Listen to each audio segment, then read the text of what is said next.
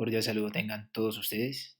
Bienvenidos a este segundo video, el cual vamos a continuar hablando de lo que es GraphQL. En esta ocasión vamos a hablar de dos aspectos esenciales. Vamos a entrar un poco en profundidad y vamos a ver qué son las queries y qué son las mutations. Antes de entrar en materia, sí me gustaría dar como un pequeño repaso acerca de lo que es GraphQL, ¿no? GraphQL es simplemente un lenguaje de consultas para nuestras APIs. Ha sido desarrollado por Facebook y digamos que hoy en día es uno de los grandes aportes al open source que una de las empresas de tecnología más importantes eh, ha hecho hoy en día. Bien, vamos a entrar en materia y vamos a ver lo que son las queries y cómo usarlas. Empecemos hablando de lo que son los fields. Los fields no son nada más que los campos o los atributos que define una entidad en específico. Cuando nosotros estamos desarrollando un API, nosotros tenemos que definir la estructura de ella misma, ¿no? Pero antes de ello, nosotros tenemos que ya tener esa información almacenada en alguna parte. Generalmente siempre es en una base de datos, ¿no? Esa estructura eh, de los campos que nosotros definimos son los fields. Entonces, lo que nos permite hacer una query es definir cuáles son los campos de esa estructura ya definida previamente que yo quiero retornar. Como vemos en este ejemplo, yo estoy obteniendo primero todos los usuarios que yo tenga en mi base de datos con todos los campos disponibles, en este caso el ID, el nombre, el apellido y la edad. Y como vemos en la imagen, él retorna la información que yo le estoy pidiendo. Pero ¿qué pasa? GraphQL nos ofrece la posibilidad de yo escoger cuáles son los campos que debe retornar dicha API, o más bien puedo modificar la estructura y así, digamos, ordenar mejor la información. Esto es un aspecto fundamental, porque cuando nosotros tenemos mucha información o simplemente quiero consumir ciertos datos, pero lo otro no lo necesito, a veces se vuelve innecesario ver tantos datos por ahí sin utilizar. Yo aquí le digo específicamente qué es lo que me debe retornar. Esa es una de las, eh, digamos, la potencia que tiene GraphQL en esto, ¿no? Entonces, como vemos en la imagen, ya él no me está retornando ni la edad, ni tampoco me está retornando el ID. Simplemente le digo, mira, devuélveme solamente el nombre y el apellido. Eso es todo. Bien, el segundo punto son los argumentos. Los argumentos no es nada diferente a lo que nosotros ya conocemos en un lenguaje de programación. Hace exactamente lo mismo. Nosotros le pasamos un argumento a nuestra estructura o a nuestra query que ya hemos definido y él va a retornar la información con base a ese argumento asociado. Si nos fijamos en la imagen, hay una palabra reservada llamada query. Como su nombre lo indica, es que ese bloque que estamos definiendo va a ser una consulta y este nombre que estamos colocando aquí es totalmente libre. Puede ser cualquier otro nombre, el nombre que uno quiera.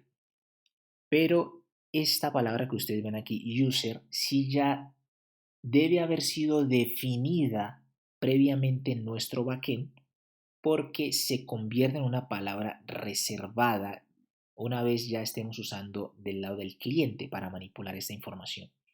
Entonces, este user recibe como parámetro un ID y yo le asocio ese ID para que él retorne esa información asociada. ¿Listo? Y aquí vuelve y juega de nuevo eh, los campos que yo quiero que retorne. yo le digo, solamente quiero de este ID que te estoy pasando, solamente retórname el nombre y el apellido. Entonces, así es como se va organizando mucho mejor nuestra, nuestra información. Bien, acá vamos a hablar de lo que son las variables. Las variables, bueno, sigue siendo igual que una variable tradicional y nos permite obtener información de forma dinámica. Ya no le voy a pasar un valor de forma estática y que siempre esté ahí definido, sino que yo permito desde el cliente que se puede enviar distintos tipos de información. Entonces así, digamos, cuando retorne los valores, va a ser de forma dinámica. En este caso me baso en un ejemplo que hay en la página oficial de GraphQL y aquí se está hablando un poco de lo que es Star Wars, ¿no? Y aquí se está definiendo qué episodio va a retornar. Bien, entonces volvemos a encontrarnos con la palabra reservada query. Coloco el nombre que yo quiera y aquí este recibe un parámetro que aquí yo defino con el símbolo de peso y el episodio. Este nombre hasta aquí es opcional porque, repito, es una variable, entonces es el nombre que yo quiera. Y esa variable va a ser de tipo episodio. Ese tipo episodio si yo ya lo tuve que haber definido para que él me respete esa estructura. Entonces, cuando yo le digo que es de tipo episodio, quiere decir que yo primero ya definí cuál va a ser la estructura que va a tener ese valor y debo respetarla. Eso luego lo vamos a ver cómo crear este tipo de datos. Y luego lo que me llega aquí yo se lo paso a mi query y él va a, con base a la información que le llegue, él va a retornar la información. Entonces, como ven, acá en el ejemplo, al episodio, fíjense que es de tipo episodio, la variable recibe este valor Jedi, él lo toma aquí, se lo paso a mi query y él retorna la información correspondiente al valor de la variable que se le ha pasado, ¿no? Entonces, así es como podemos hacer que nuestras queries sean de forma dinámica. Y bien, vamos a hablar también de lo que son las mutaciones. Cuando hablamos de mutaciones en GraphQL es porque estamos hablando de operaciones de escritura en, en nuestro sistema. Entonces es a lo que en res sería un post, un put y un delete. GraphQL engloba estas tres operaciones en una mutación, ¿no? Entonces, cada vez que yo quiera hacer alguna de estas tres operaciones que veníamos usando en las APIs tradicionales, yo tengo que usar una mutation. Entonces, en esta imagen, que también es un ejemplo de la página oficial de GraphQL, nos volvemos a encontrar con una palabra reservada, pero en este caso ya es mutation.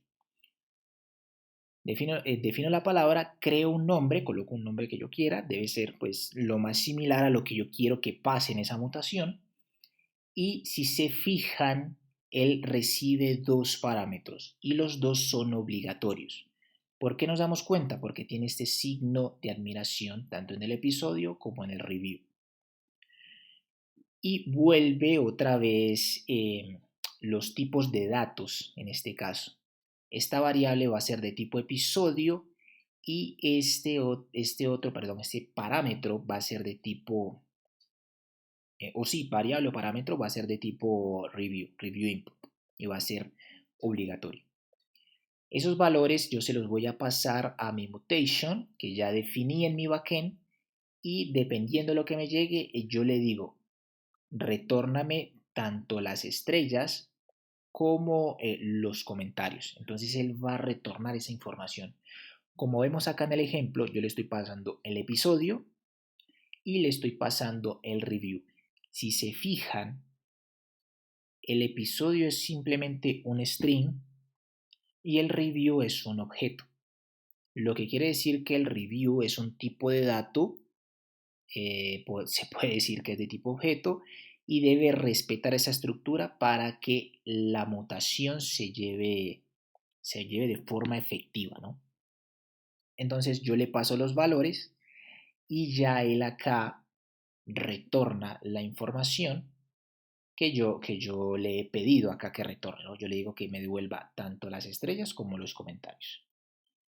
Y así es como, como funcionan las mutaciones. Es interesante porque todo esto se hace en un solo, o básicamente GraphQL engloba todo en un solo método, por decirlo así, y hace esto de una forma más eficiente.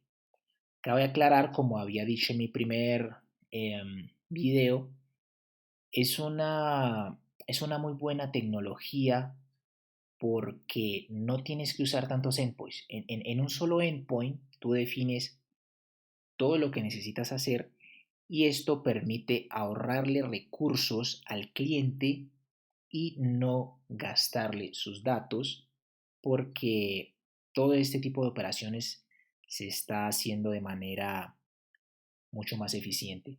No digo que las APIs tradicionales vayan a desaparecer o que ya no haya que usarlas, no, eso no es verdad. Pero es cierto que ya llegó una tecnología que eh, nos dio otra mirada de cómo hacer las cosas, ¿no? Y esto se vuelve interesante sobre todo cuando son proyectos muy grandes y que mm, de cierta forma con la API tradicional tenemos que hacer muchas peticiones. Acá resumimos todo de una forma mejor, o mejor dicho, englobamos todo en una en un solo bloque. Bien, espero que les haya gustado. En el siguiente video vamos a hablar, ya vamos a entrar un poco en el código y vamos a hacer una pequeña aplicación en Node.js y ver cómo funciona esto un poco más a fondo. ¿Listo? No siendo más, nos vemos en el próximo video.